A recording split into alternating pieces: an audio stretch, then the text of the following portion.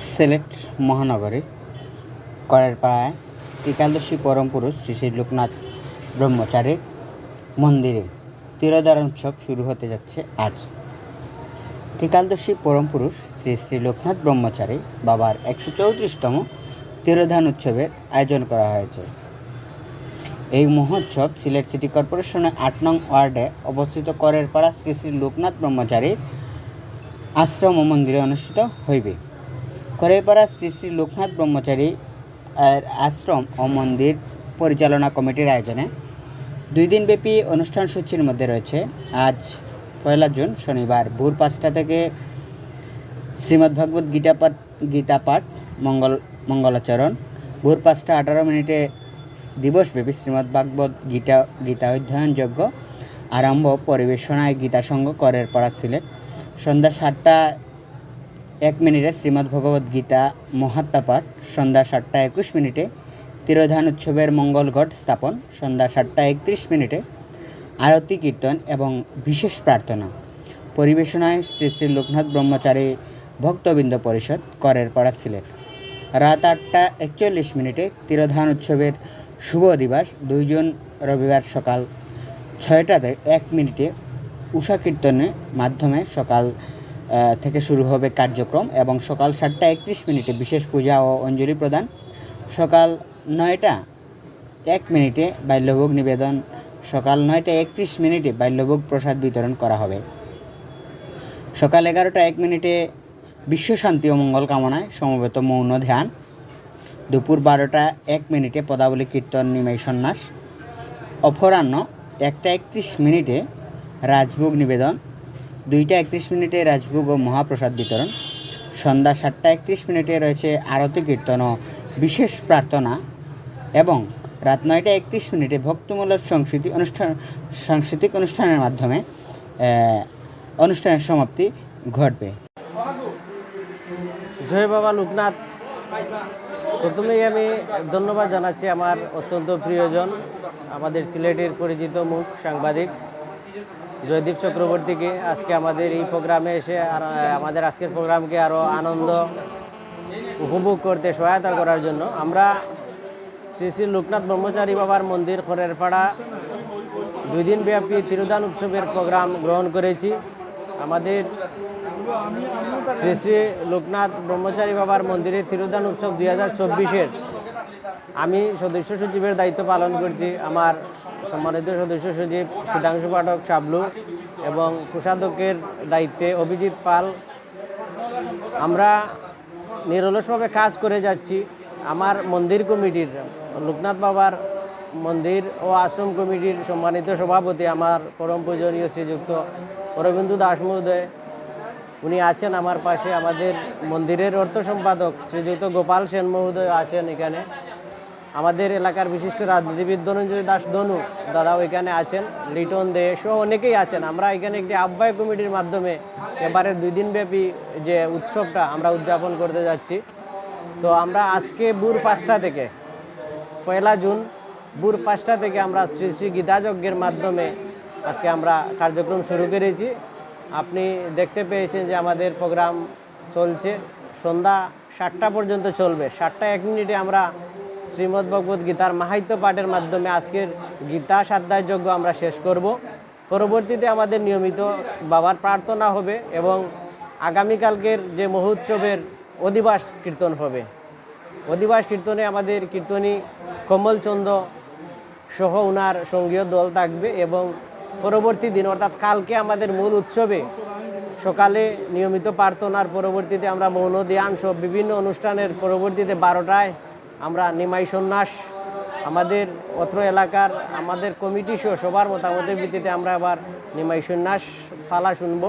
12টা থেকে 3টা পর্যন্ত চলবে এবং 3টার দিকে আমরা মহাপ্রসাদও বিতরণ করব। তো এখানে আমি আপনার মাধ্যমে আমাদের সিলেট শহরের বা আমাদের আশেপাশে যে আমাদের হিন্দু সম্প্রদায়ের সকলকে আমন্ত্রণ জানাচ্ছি যে আমাদের আজকে যারা এসেছেন আমরা কৃতজ্ঞ এবং আমরা কতটুকু আপনাদের সেবা করতে পেরেছি জানি না, ভুল হলে মার্জনীয়। আগামীকালকের উৎসবে আমরা অংশগ্রহণ করে আমাদের সকল প্রোগ্রামে আপনারা থেকে মহাপ্রসাদ গ্রহণ করে আমাদেরকে কৃতার্থ করবেন বলে আমি বিশ্বাস করি এবং সবার সর্বাঙ্গীন মঙ্গল কামনা করে আগামী বছর আবার আমরা এই 2 দিনব্যাপী অনুষ্ঠান করতে পারবো এই আশাবাদ ব্যক্ত রেখে আমি আপনার উদ্দেশ্যে এই সংক্ষিপ্ত বক্তব্যটি উপস্থাপন করলাম। আপনার প্রচারের জন্য আপনাকে ধন্যবাদ। জয় বাবা লোকনাথ। আজকে 1 জুন 2024। আজকে আমাদের এই লোকনাথ মন্দিরে পরের পরাস্ত লোকনাথ মন্দিরে আজকে থেকে আমাদের অনুষ্ঠান কার্যক্রম শুরু হয়েছে। আজকে আমাদের প্রথম সারাদিন শান্তি ও গীতাযজ্ঞ পাঠ হবে এবং পরদিন আমাদের মূল অনুষ্ঠান তিরোধান উৎসব। এই উৎসবে আমি সকল পুণ্যার্থীদের আমন্ত্রণ জানাচ্ছি। আপনারা সবাই এই অনুষ্ঠানকে আরও প্রাণবন্ত করে তুলবেন এবং এই অনুষ্ঠানে আপনারা আপনাদের সকলের সহযোগিতা আমরা একান্তভাবে কামনা করছি।